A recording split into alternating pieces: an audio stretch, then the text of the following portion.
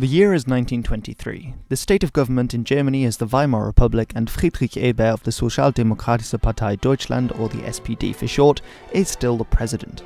Now, following the complete devastation in World War I, the Allies decided that the Germans had to pay reparations to pay for all the damage they caused when invading nations such as France and Belgium, and the main people who wanted reparations were indeed the French, the Belgians and the British.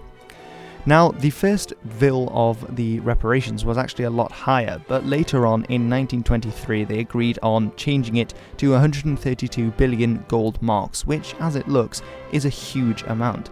Now, they paid this in various ways. One, of course, was the division of land that had been German, for example, Malmedy and Open to Belgium, as well as Alsace-Lorraine to the French, as well as other areas being ceded to create an independent Poland. Now, of course, they also paid in different ways, one of which was that they had to give all of the coal and industry from the Saar region to the various Allied powers. They weren't allowed to keep any of that industry. And they also, of course, had to pay all of these gold marks in currency as reparations. Now, in 1923, the Germans were actually very far behind on their reparations payment, and this really annoyed the Allies because obviously they wanted the money in for reparations, which was on an annual basis. So then, in 1923, the French and the Belgians decided to invade a region called the Ruhr. Now, why did they invade the Ruhr? This was because the Ruhr was an incredibly industrialized area. The French had always had the iron mines, whereas the Germans had always had the coal mines, and the Ruhr was the region with the most coal mines in Germany, which is why they decided to invade, because they weren't getting the reparations in the form of coal that they had demanded from the German state. And this region was then occupied by French and Belgian soldiers in 1923. Now, why then didn't the Germans just send in the German army to give them a good old thrashing like they did in 1914? Well, there are several reasons for this. First of all is that because of the Treaty of Versailles, the German army was only allowed 100,000 men. It had been brought right the way down so that they couldn't do anything. Not to mention the fact that their whole entire air force had been scrapped and the navy was also incredibly limited. Whereas the French occupying force and Belgians alone made up 6,000 Belgians and 60,000 Frenchmen. These figures are disputed in some cases, and they did in fact rise as the occupation of the Ruhr went on. So you can see that even if the Germans sent the entire German army over to deal with this, and this was obviously they couldn't do that because they had to protect their borders, then they would probably only just outnumber the enemy, especially seeing as they increased the number of men in the Ruhr as the occupation went on. So another point to consider is that the Ruhr and the Rhineland as a whole, actually the Ruhr is sort of adjacent to, sometimes considered as part of the Rhineland, was actually a demilitarized zone, which meant that the Germans weren't allowed to station troops there, so they didn't actually have any troops defending the area at the time of the invasion, and moving in to the Ruhr to retake it could spark a conflict and another war, and of course the Germans were in no state at all to be fighting another war against the Allies at this stage. Obviously they would later on. And of course the French and the Belgians, as I said, invaded the Ruhr because the Ruhr had all of these resources, which is why they wanted to catch up on the reparations payment that the Germans hadn't been paying. And they established what was called the Rhenish Republic, so Rhenish from the Rhine, of course, which was the new government in the area of the Ruhr.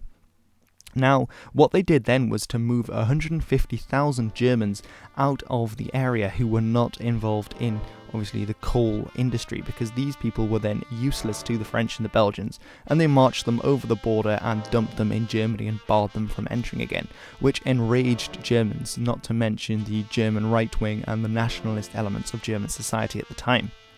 And then they also forced the remaining workers to work to get the coal and then obviously to hand it over to the occupying forces, who would then send it to France and Belgium respectively so that they could get the money from these reparations. Now what happened is that the Germans went on strike, they refused to work, and the situation deteriorated much further when the French and the Belgians replied by firing into the crowd and killing a lot of these protesters. People in the Ruhr, as well as people in Freikorps and nationalist movements outside of Germany, planned to infiltrate the area and to start up guerrilla movements. governments, and they were actually unofficially, of course, helped by the Reichswehr, by the German army at the time, and they succeeded in blowing places up and sabotaging the French and Belgian works in the area, so that less of the coal could go to France and Belgium than that was mined, hoping that this would apply pressure to them, and perhaps to their own government as well, to step up action to end the occupation of the Ruhr. Now, what did the actual government do of Germany, the Weimar Republic? Well, what they did was to enforce the fact that the workers in the Ruhr would go on strike, and by doing this, they actually did this by promising them to continue paying them even though they weren't getting the proceeds of this, because obviously it was occupied. So they started to print out a lot more money, and this will be important for later on for the next video which I'm going to make in this series about some of the economic issues, because while this did help the German strikers to continue striking because they were still being paid for striking, it also meant that a lot more money was in circulation, which would lead to inflation. Now, this policy did actually lead to these huge things of inflation, which you see the famous photos of Germans carrying wheelbarrows full of money just to pay for a loaf of bread, where whole savings would go from being worth, a whole lifetime's worth of work to being worth just enough to buy a Freddo.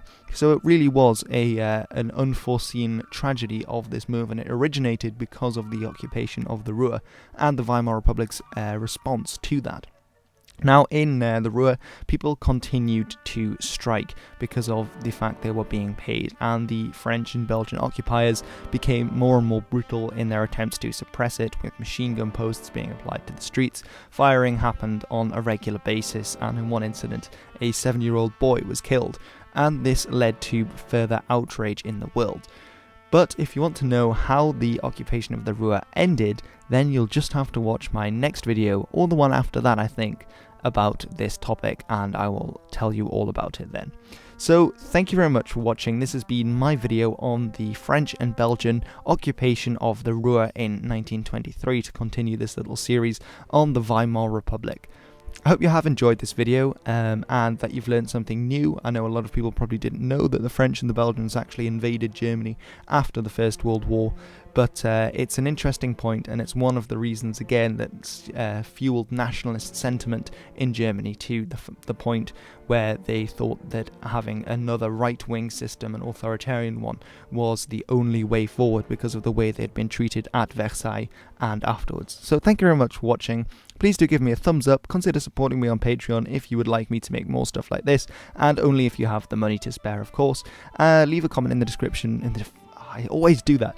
Leave a comment in the comment section below about what you thought of this video if you want to find out any more information. I have links to videos of mine in the description below, which I actually have them in the description below on other videos, as well as some other things that are interesting, like some actual footage from the period and a few other videos by other people who I thought did a good job at explaining this, or something very similar. So thank you very much for watching. I'm History with Hilbert, and I hope I'll see you all again very soon.